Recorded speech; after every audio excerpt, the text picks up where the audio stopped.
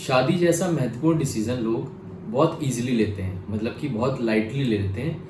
लेकिन कुछ समय के बाद उनके आपसी मतभेद के कारण बीच में कई बदलाव आना शुरू हो जाते हैं, जिससे वह रिश्ता ऐसी कगार पर खड़ा हो जाता है जिसमें दोनों को अलग होना पड़ता है। तो इसी अलग कंटेंट को हम डिवोर्स बोलते हैं, मतलब तलाक।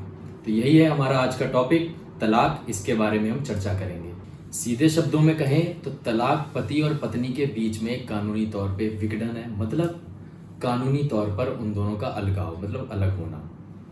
तलाक प्राप्त करने के लिए पति या पत्नी कोई भी अपने एरिया फैमिली कोर्ट में तलाक की याचिका दायर कर सकता है या कर सकती है।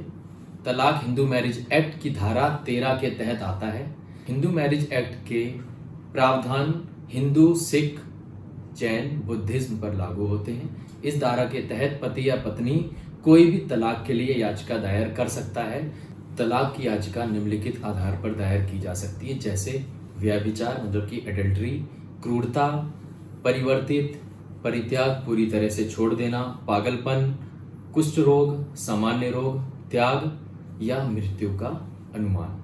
भारत में विवादास्पद तलाक होने में समय लगता है, लेकिन हिंदू मैरिज एक्ट की धारा 13B आपसी सहमति से तलाक का प्रावधान करती है।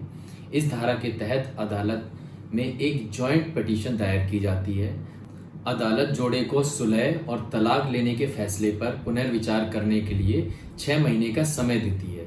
6 महीने के बाद दूसरा प्रस्ताव लागू होता है और अदालत द्वारा तलाक की डिक्री पारित कर दी जाती है कि यह जोड़ा अब भी तलाक लेने के फैसले पर कायम है।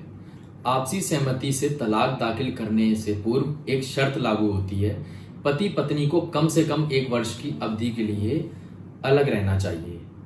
स्पेशल मैरिज एक्ट के तहत मैरिज और तलाक। स्पेशल मैरिज एक्ट किसी व्यक्ति द्वारा स्वीकार किए गए धर्म की परवाह किए बिना होता है।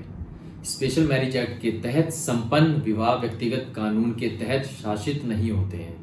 इस अधिनियम के तहत इंटर रिलीजियस मैरिज किए जाते हैं। स्पेशल मैरिज एक्ट के तहत विवाह एक नागरिक अनुबंध है। इस अधिनियम के तहत विवाह के लिए पक्षों को डिस्ट्रिक्ट मैरिज रजिस्ट्रार के पास एक नोटिस दाखिल करना होगा, जिसमें एक दूसरे के शादी करने का इरादा बताया गया हो। एक वैध विवाह के लिए पक्षों को विवाह अधिकारी और 3 गवाहों के समक्ष विवाह के लिए अपनी सहमति भी देनी चाहिए या देनी होगी। पति या पत्नी इनमें से किसी भी आधार पर न्यायिक अलग होने के लिए न्यायालय में अपनी याचिका दायर कर सकता है, जैसे कि व्यभिचार, परित्याग, 7 वर्ष या उससे अधिक के लिए कारावास, क्रूरता, असाध्य मानसिक विकार, कुष्ठ रोग आदि।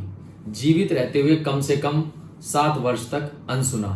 यदि पति पत्नी पिछले 1 वर्ष से या 1 वर्ष से अधिक अलग रह रहे हैं तो वो भी आपसी सहमति से तलाक के लिए अपनी याचिका दायर कर सकते हैं।